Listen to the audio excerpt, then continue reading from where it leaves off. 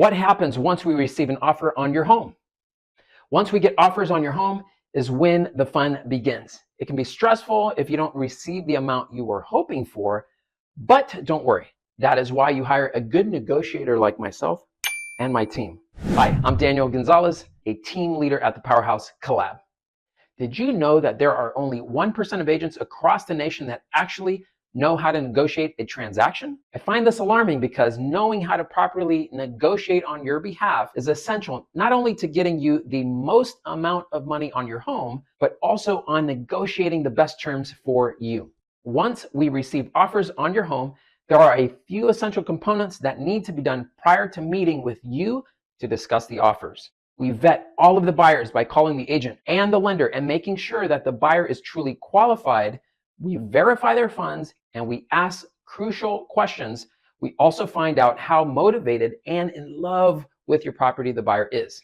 During this process, we also are getting to learn about the buyer's agent and the lender to see how much experience they have, if they've properly educated the buyer, and to get an idea as to how they are going to work with them. Believe it or not, the buyer's agent is just as important to ensuring the deal will close as the buyer's qualification. After vetting the buyer, their realtor, and the lender, then we meet with you to discuss the offer and review the terms.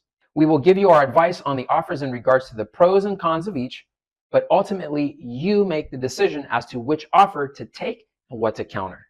Now we have more than one offer. Now, if we have more than one offer, there is another process that we go through. We give an offer deadline date, then we do a counter offer to all of the offers, requesting them to give their highest and their best offer. Once we have those, we meet with you to discuss which one of those offers you would like to counter. Generally, this gives us an opportunity to get a higher price from the buyer and better terms for you because we are picking from the cream of the crop, so to speak. At this time, the buyers can choose to accept our terms or to counter us back. You have the opportunity to choose which offer you would like to take at this time, and again, we will advise you as to the pros and the cons. Once we come to terms, we are now officially in escrow.